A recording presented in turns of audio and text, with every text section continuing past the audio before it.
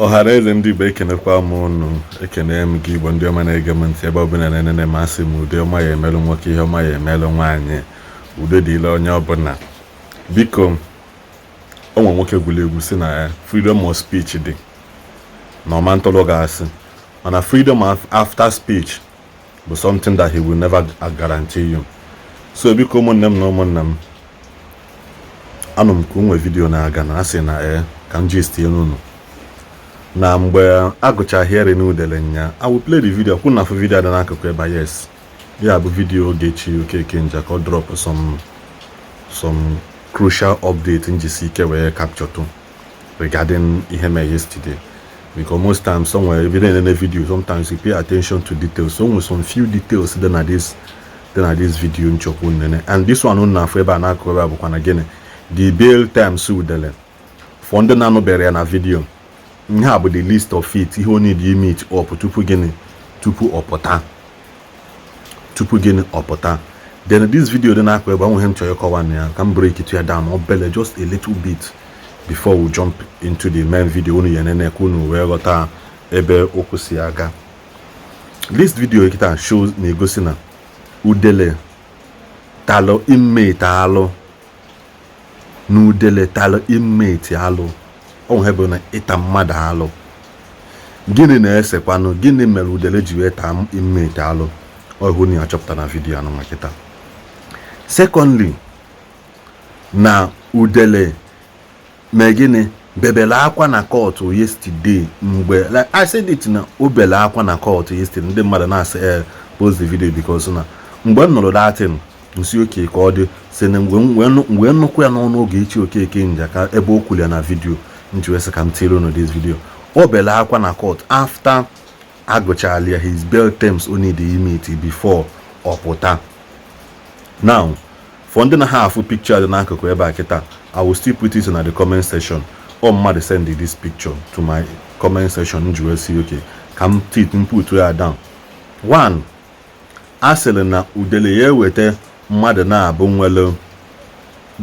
nwere property na Lagos State that's worth 5 billion each, which means onye na-eweta nke onye na-eweta nke ọbụla gịnị 10 billion properties, and that properties ahụ ihe eweta ihe ọ ya adịkwa na specific location, and that location ahụ ọ ya adịkwa na ya abụkwa na ibigo na that location for a certain period of gịnị time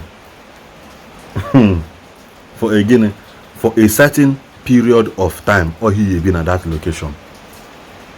Ọbụla 1.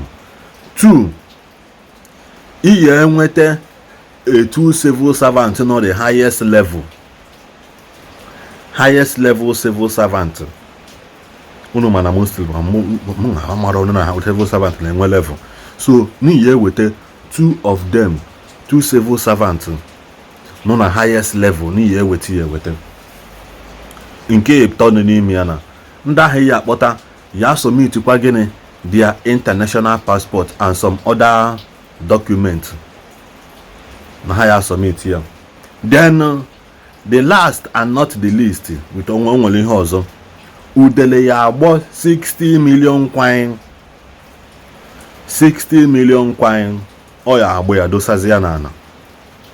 Then by the time all these things are being met now, being imiticha this condition now, then ewe bazia proper trial ka amazie oke na imiticha go up this thing na eye release gị ko ya sentence gị bụrụ 5 years bụrụ 10 years bụrụ 15, because number 1 ọ bụ a deportee. Udele bụ a deportee from obodo kpomgbom. He's a deportee.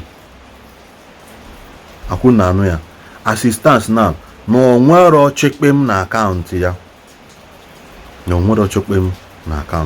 so biko nu yenezia na this video online nwaanyị anụnwakwu ka unu nozia the full details of how everything went down ka ọ dịnụ ndị be anyị o keke unu mee ude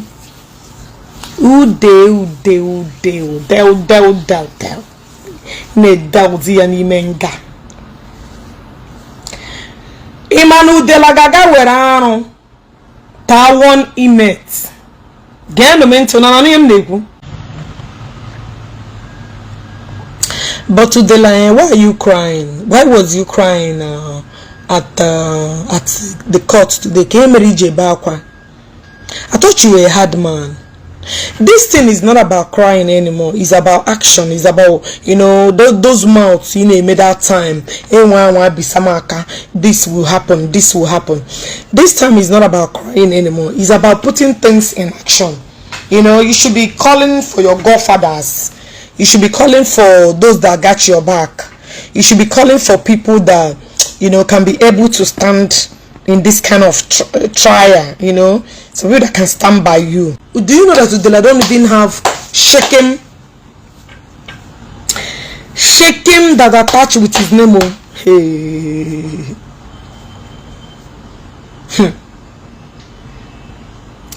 Emane when they she US nature Udele Udele, let me tell you, how are you going to survive all these ordeals?